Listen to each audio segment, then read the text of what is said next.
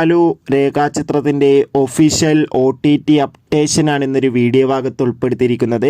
വീഡിയോയിൽ മുൻപ് video like ചെയ്യുക, ചാനൽ സബ്സ്ക്രൈബ് ചെയ്യാൻ വേണ്ടി ശ്രമിക്കുക. ആസിഫ് അലി, അനശ്വര രാജൻ എന്നൊക്കെ പ്രധാന കഥാപാത്രങ്ങളായ ചിത്രമായിരുന്നു രേഖാചിത്രം. ചിത്രത്തിന് മികച്ചൊരു വിജയം തന്നെ സ്വന്തമാക്കാൻ വേണ്ടി സാധിച്ചിട്ടുണ്ടായിരുന്നു. അതുകൊണ്ട് തന്നെ എല്ലാ സിനിമാ പ്രേമികളും ഒരേപോലെയായിരുന്നു ചിത്രത്തിൻ്റെ ഓരോ അപ്ഡേഷനും അറിയാൻ വേണ്ടി കാത്തിരുന്നത്.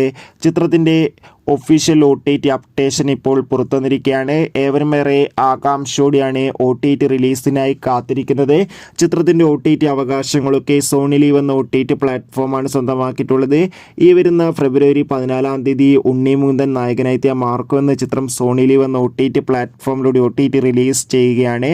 മാർക്കോ എന്ന ചിത്രം OTT റിലീസ് ചെയ്തതിന് ശേഷം മാത്രമായിരിക്കും രേഖാചിത്രം സോണി ലീവ് എന്ന OTT പ്ലാറ്റ്ഫോമിലൂടെ OTT റിലീസ് ചെയ്യുക. കാത്തിരിക്കാം. Bye bye.